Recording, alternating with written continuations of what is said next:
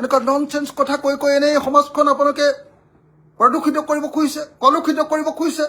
অকল খালি হিন্দু মুছলমান হিন্দু মুছলমান হিন্দু মুছলমান। কিহৰ হিন্দু মুছলমান ইমান? মুখ্যমন্ত্ৰী হিচাপে আপোনাৰ অকমানো মাথাত একো নাই নে? এতিয়া অসমৰ মুখ্যমন্ত্ৰীয়ে মোক কৈছে, আজি সমালোচনা কৰি কৈছে যে অসমীয়া মানুহক মই বিৰিয়ানী খুৱাব খুজিছোঁ, অসমীয়া মানুহক মই পৰঠা খুৱাব খুজিছোঁ। আৰু অসমীয়া মানুহৰ সেই বিৰিয়ানী গৰু মাংসৰ হ'ব নে মুৰ্গীৰ মাংস নে কি ক'লে, ছাগলী নে গৰুটো কৈছে, গৰু মাংস হ'ব নে গাহৰিৰ মাংস হ'ব, এইটো বোলে মানে মোক কৈ দিব লাগে। এনেকুৱা ধৰণৰ এজন মানুহক যিজন মানুহে প্ৰত্যেকটো কথা বিকৃত কৰে, যিজন মানুহ চূড়ান্ত মিছলীয়া, যিজন মানুহ ভণ্ড, যিজন মানুহ 2 নম্বৰী, আৰু যিজন মানুহৰ কোনো ক্লাছ নাই, যিকোনো কথা কয়। সেইকাৰণে মই কৈছিলোঁ যে অসমৰ মুখ্যমন্ত্ৰীৰ নটটো ঢিলা হৈছে, মগজুৰ নটটো, ব্ৰেইনৰ নটটো ঢিলা হৈছে। আৰু ব্ৰেইনৰ নটটো ঢিলা হোৱাৰ কাৰণে মই কৈছিলোঁ যে এই মুখ্যমন্ত্ৰীৰ ব্ৰেইনৰ নটটো যদি টান কৰা নাযায় তেতিয়াহ'লে তেওঁ ভয়ংকৰ ঘটনা ঘটাব। সেই মুখ্যমন্ত্ৰীজনে আজি মোক আক্ৰমণ কৰিছে। হিমন্ত বিশ্ব শৰ্মাই কৈছে যে অসমীয়া মানুহক বোলে মই বিৰিয়ানী খুৱাব খুজিছোঁ, পৰঠা খুৱাব খুজিছোঁ আৰু গৰু মাংসৰ বিৰিয়ানী খুৱাব খুজিছোঁ। এনেকুৱা ধৰণৰ ইংগিত তেওঁ প্ৰদান কৰিছে। এই মানুহজনৰ হৈছে কি? তেওঁ অসমৰ ৰাজনীতিত আজি 22 বছৰ তেওঁ মন্ত্ৰী হৈ আছে, বেছি নেকি, 25 বছৰ মানে হ'ল নেকি। তেওঁ অসমৰ মন্ত্ৰীসভাত 22 বছৰ ধৰি মন্ত্ৰী হৈ আছে। 5 বছৰ মুখ্যমন্ত্ৰী, 5 বছৰ ডিফেক্ট মুখ্যমন্ত্ৰী, 12টামান ডিপাৰ্টমেণ্ট লৈ, ফাইনেন্স ডিপাৰ্টমেণ্টলৈ তেওঁ মুখ্যমন্ত্ৰী হৈ আছিলে। আৰু তাৰ পাছত তাৰ আগৰ কালছোৱাত তেওঁ মুখ্যমন্ত্ৰী তৰুণ গগৈ চৰকাৰৰ কাৰ্যকালতো তেওঁ এজন অত্যন্ত শক্তিশালী স্বাস্থ্যমন্ত্ৰী আৰু শিক্ষামন্ত্ৰী আছিলে। তেওঁ ৰাজ্যখনৰ কাৰণে একোৱেই কৰিব নোৱাৰিলে। অসমৰ শিক্ষা ব্যৱস্থাৰ কোনো পৰিৱৰ্তন সাধন কৰিব নোৱাৰিলে এই অসমৰ মুখ্যমন্ত্ৰীজনে, যি শিক্ষামন্ত্ৰী আছিলে। অসমৰ মুখ্যমন্ত্ৰীক মই সুধিব খুজিছোঁ, মুখ্যমন্ত্ৰী ডাঙৰীয়া, আপোনাৰ মুখখন হয় বন্ধ কৰক, নহ'লে অসমৰ মানুহে আপোনাৰ মুখখনত চিলাই দিব লাগিব। আপোনাৰ মুখখনত বেজি লৈ এনেকে চিলাই আপোনাৰ মুখখন বন্ধ কৰি দিব লাগিব উটকেইটা। আপোনাৰ সমান থাৰ্ড ক্লাছ, আপোনাৰ সমান ফাল্টু, আপোনাৰ সমান 2 নম্বৰী, আপোনাৰ সমান ক্লাছলেছ, আপোনাৰ নিচিনা একদম মগজু গণ্ডগোল থকা এই নট ঢিলা মানুহ আৰু অসমত কেতিয়াও জন্ম হোৱা নাছিল। প্ৰত্যেকটো কথাতে খালি হিন্দু মুছলমান, প্ৰত্যেকটো কথাতে খালি কেৱল হিন্দু মুছলমান, গৰু মাংস, গাহৰি মাংস অকল। আৰে আপোনাৰ হৈছে কি? আপুনি যদি পাগলা হৈছে, পাগলা ফাটেকলৈ যাওক, আপুনি তেজপুৰলৈ যাওক। তেজপুৰক এবাৰ কেন্দ্ৰীয় চৰকাৰে বোলে আৰু নিমহাঞ্চৰ নিচিনা ওপৰলৈ নিব খুজিছে, আপুনি তাতে ভৰ্তি হওক। আপোনাৰ মাথাৰ গণ্ডগোল হৈছে। আপুনি ইমান গণ্ডগোলীয়া কথা কৈ অসমখনক কিয় আপুনি অস্থিৰ কৰিব খুজিছে? ইলেকশ্যন অহাৰ লগে লগে কেৱল হিন্দু মুছলমান, মিয়া। আৰে ভাই, আপোনাৰ বেলেগ কাম নাই? 22 বছৰ ৰাজনীতি কৰি আপুনি মিয়াৰ পিঠিত আকৌ ইলেকশ্যন যাব লাগে? মিয়া যেনে তেনে নিৰ্বাচনটো পাৰ কৰি দিয়া। এইটোৱে আপোনাৰ কাম নহয় জানো? আপুনি অকল মিয়া এই যে কথা কৈ আছে, মই যে আপোনাক সুধিছো যে এই মিয়াক আপুনি সকলো মিয়া আৰু সকলো মুছলমানকে আপুনি বিদেশী বুলি কয়, সকলো মুছলমানকে আপুনি বিদেশী বুলি কয়, কিন্তু আপোনাৰ দিনত কেইটা বিদেশী এতিয়ালৈকে খেদোৱা হ'ল? যোৱা 10 বছৰত আপোনাৰ বিজেপি চৰকাৰে সৰ্বানন্দ সোণোৱাল আৰু আপোনাৰ দিনত এতিয়ালৈকে 1676টা বিদেশীহে খেদিব পাৰিছে। এই কথা মই কোৱা নাই, অসম বিধানসভাত মই প্ৰশ্ন সুধিছিলোঁ আৰু আপুনি গৃহমন্ত্ৰী হিচাপে আপুনি উত্তৰ দিছে যে এতিয়ালৈকে বিজেপি চৰকাৰৰ দিনত 1676টা বিদেশীকে এতিয়ালৈকে বহিষ্কাৰ কৰা হৈছে। আপুনিতো অসমৰ সকলো মুছলমানকে বিদেশী বুলি কয়, পাৰিব আপুনি ক'ব? আপুনি ক'ব পাৰিবনে যে অসমলৈ অহা প্ৰত্যেকজন হিন্দু বাংলাদেশী 1971 চনৰ 24 মাৰ্চৰ পিছত অহা প্ৰত্যেকজন হিন্দু বাংলাদেশীয়ে অসমৰ পৰা যাব লাগিব বুলি ক'বলৈ আপোনাৰ সাহস আছে? মই মুছলমান মানুহৰ সন্মুখত চিঞৰি চিঞৰি ক'ব পাৰো, সেইটো চৰ চাপৰিত হওক, সেইটো মাদ্ৰাছাত হওক, সেইটো মছজিদত হওক, সেইটো অন্য যিকোনো ঠাইতে হওক, মই চিঞৰি চিঞৰি প্ৰত্যেক দিনাই কওঁ যে 1971 চনৰ 24 মাৰ্চৰ পিছত অহা মিয়া বাংলাদেশী, মুছলমান বাংলাদেশী, হিন্দু বাংলাদেশী বা অন্য জাতি ধৰ্মৰ প্ৰত্যেকজন বিদেশী অসমৰ পৰা যাব লাগিব। আপুনি ক'ব পাৰে? আপুনি কেইজন বিদেশী খেদিলে? কেইজন বিদেশী আপুনি খেদিলে? 1676 জন সৰ্বানন্দ সোণোৱাল আৰু আপোনাৰ কাৰ্যকালত 1676 জন। আপোনাৰ লাজ লাগিব লাগে। তাৰ পাছত আপুনি বিদেশীৰ কথা ক'বলৈ কোনো নৈতিক অধিকাৰ আপোনাৰ নাই।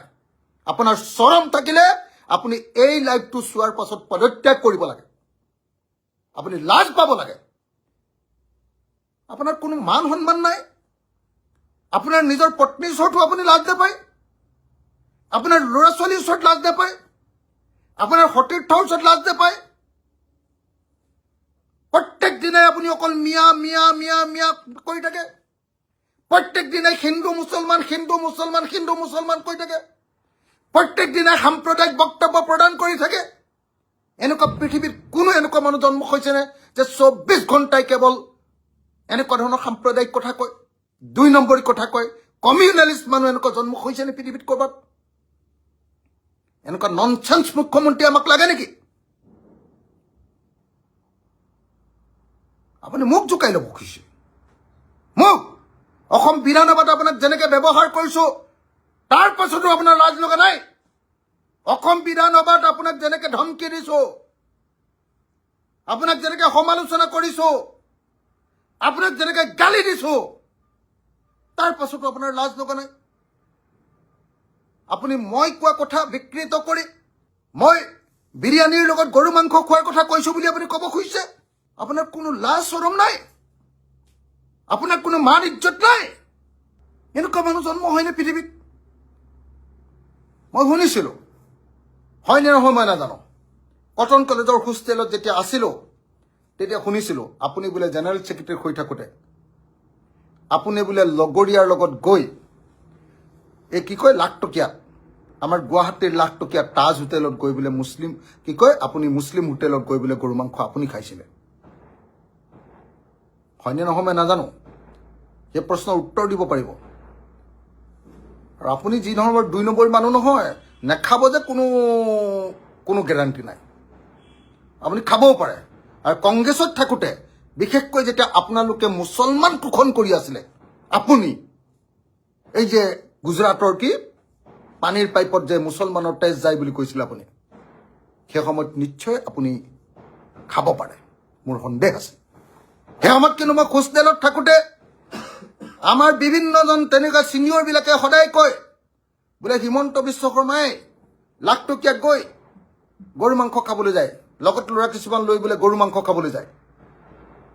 খাইছিলে নেকি আপুনি? সঁচাকৈ খাইছিলে নেকি আপুনি? এনেকুৱা ননচেন্স কথা কৈ কৈ এনেই সমাজখন আপোনালোকে প্ৰদূষিত কৰিব খুজিছে, কলুষিত কৰিব খুজিছে। আপোনাৰ বেলেগ কাম নাই? 24 ঘণ্টা হিন্দু মুছলমান হিন্দু মুছলমান। আপুনি বোলে বিৰাট উন্নতি কৰিছে অসমৰ, তেতিয়াহ'লে আপুনি সেই উন্নতি দেখুৱাই কিয় অসমৰ মানুহৰ পৰা ভোট ল'ব নোৱাৰে? অকল খালি হিন্দু মুছলমান হিন্দু মুছলমান হিন্দু মুছলমান। কিহৰ হিন্দু মুছলমান ইমান? লাজ নালাগে আপোনাৰ? চৰম নাই আপোনাৰ? এইবিলাক গালি খোৱাৰ পাছতো আপুনি একো মুখ্যমন্ত্ৰী হিচাপে আপোনাৰ অকমানো মাথাত একো নাই নে? কি হৈছে আপোনাৰ? আপুনি কিহৰ অনবৰতে হিন্দু মুছলমান কৰি থাকে? আপোনাক কৈছো মুখ্যমন্ত্ৰী ডাঙৰীয়া হিমন্ত বিশ্ব শৰ্মা ডাঙৰীয়া, আপোনাক মই বুকুত হাত থৈ কৈছো, যিদিনা মই ক্ষমতা পাম, যিদিনাই মোৰ হাতত কেতিয়াবা ক্ষমতা আহিব, সেইদিনাই বিদেশী খেদা আৰম্ভ কৰিম আমি বেলেগক দেখুৱাই থকা মানুহ নহয় হিন্দু মুছলমান কৈ থকা মানুহ নহয় এটা 19 লাখ বিদেশী আছে বুলি অসমৰ এনআৰচিখনত কৈ থৈছে তাৰ পাছত আপুনি এনআৰচিখন নাকচ কৰি পেলাই থৈ দিছে কেলে কাৰণ হিন্দু বাংলাদেশী গিটাও যাব লাগিব আপুনি গৰিয়া খিলঞ্জীয়া বুলি কয় তাৰপিছত নলবাৰীৰ সেই গৰিয়া মহিলাগৰাকী যি এটাও বেংগলী শব্দ নাজানে অসমীয়াও সেই নামনি অসমৰ নলবৰীয়া ভাষা কয় সেই মানুহগৰাকীক যে আপুনি খেদি বাংলাদেশ পहुঁচাই দিছিলে আপোনাৰ মনত আছেনে হা আপোনাৰ কাৰণে খালি ধৰ্ম আপোনাৰ আৰএছএছ আপোনাৰ বিজেপি আমাৰ জাতিক ধ্বংস কৰিবৰ কাৰণে আপুনি লাগিছে আপুনি 1676 জন যদি 10 বছৰত খেদে এবছৰত কেইজন খেদিলে আপুনি এবছৰত খেদিলে 169 জন আপোনাক কেইবছৰ শাসন দিব লাগিব আপোনাকতো দিবই লাগিব আপুনি মৰি ভূত হোৱাৰ পাছতো আকৌ মুখ্যমন্ত্ৰী হৈ থাকিবলৈ দিব লাগিব তাৰপিছত আপোনাৰ ল'ৰা ছোৱালীক দিব লাগিব আপোনাৰ নাতিটোকো দিব লাগিব আপোনাৰ পৰিণাতিকো দিব লাগিব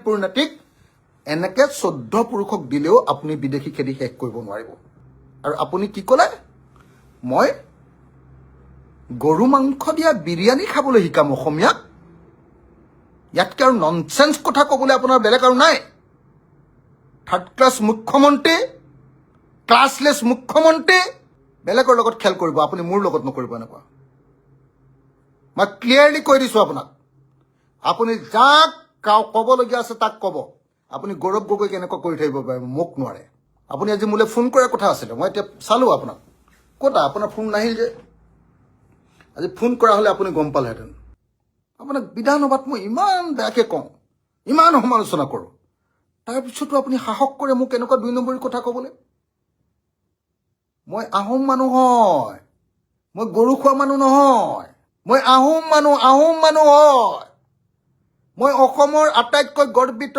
অসমীয়া জাতি গঢ়া আহোম মানুহ গৰ্বিত অসমীয়া হয় আপোনাৰ নিচিনা 2 নম্বৰী দিল্লী আৰু নাগপুৰৰ ওচৰত আত্মসমৰ্পণ কৰা 2 নম্বৰী নহয় এনেকুৱা কথা একদম ভৱিষ্যতে নক'ব আপুনি ভৱিষ্যতে একদিনো নক'ব লাগিলে মোক গুলিয়াই মাৰিব আপুনি দৰকাৰ ক'লে আপুনি মোক গুলিয়াই মাৰিব কিন্তু এনেকুৱা কথা নক'ব মই একদম কৈ দিছোঁ কিন্তু একদম কৈ দিছোঁ যিটো কথা সঁচা সেইটো সঁচা বুলি ক'বলৈ মোৰ সাহস আছে আৰু সেইটো মুখ্যমন্ত্ৰী হওক এইটো প্ৰধানমন্ত্ৰী হওক এইটো অন্য কোনোবা হওক যি মোৰ বিষয়ে এনে মিছা কথা উলিয়াই তাক মই দম দিবলৈ মোৰ দম আছে মই ক'লো আকাশখনত আজি বৰ ধুনীয়া তৰা ওলাইছে চাই বৰ সুখী হ'লো হিমন্ত বিশ্ব শৰ্মাই ক'লে বোলে অখিল গগৈয়ে লেট্ৰিনত থকা পোকবিলাক বৰ ধুনীয়া দেখিছোঁ বুলি কৈছে এনেকুৱা পাগলো অসমত মুখ্যমন্ত্ৰী হ'ব পাৰে এনেকুৱা নথ ছিগা মানুহো অসমৰ মুখ্যমন্ত্ৰী হ'ব পাৰে এনেকুৱা 2 নম্বৰী মানুহেও অসমত ৰাজনীতি কৰিব পাৰে আৰু সেই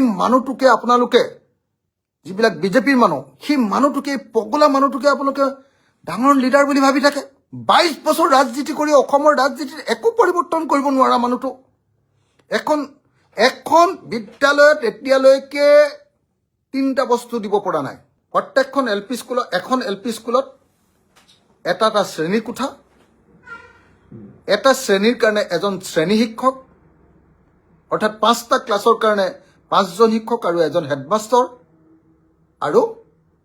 আৰু কি গুণগত শিক্ষা তাৰমানে টিচাৰজনক ভালকৈ ট্ৰেইনিং দি ইণ্টাৰনেশ্যনেল ষ্টেণ্ডাৰ্ডৰ শিক্ষা দিয়া তেনেকুৱা এখন স্কুল বনাব পাৰিলেনে আপুনি এতিয়া একো কৰিব নোৱাৰি সেইবিলাক শ্ৰেষ্ঠ ৰাজ্য পশ্চ ৰাজ্য বানমুক্ত অসম দুৰ্নীতিমুক্ত অসম আপুনি দুৰ্নীতিমুক্ত অসমৰ আটাইতকৈ 2 নম্বৰী মানুহটো আটাইতকৈ দুৰ্নীতিপৰায়ণ মানুহটো আটাইতকৈ মাফিয়াটো দুৰ্নীতিমুক্ত অসম বনায় মোক জোকাই নল'ব মই স্পষ্টকৈ কৈছোঁ আপোনাক মোৰ কথাত আপুনি এনেকুৱা ধৰণৰ আপুনি 2 নম্বৰী নকৰিব মই যিটো কথা কৈছোঁ তাক বিসংগতি কি কয় আপুনি সমালোচনা কৰিব পাৰে আচল কথা যিটো কৈছোঁ সেইটো সমালোচনা কৰক কিন্তু আপুনি মই অসমীয়া মানুহক বিৰিয়ানী আৰু কি গৰুৰ মাংসৰ বিৰিয়ানী খুৱাব খুজিছোঁ বুলি কোৱা কথাটো এনেকুৱা ননচেন্স মুখ্যমন্ত্ৰী আপুনিয়ে প্ৰথম আপুনিয়ে শেষ আৰু পৃথিৱীত কেতিয়াও কোনো এনেকুৱা ধৰণৰ 2 নম্বৰী ৰাজনীতিকে কেতিয়াও এনেকুৱা শাসন ক্ষমতা পাব নাপায় বেলি পশ্চিম ফালে উদয় হ'ব পাৰে বুলি ক'ব পৰা এনেকুৱা 2 নম্বৰী মুখ্যমন্ত্ৰী জন্ম হোৱা উচিত নহয়। ধন্যবাদ ৰাইজ।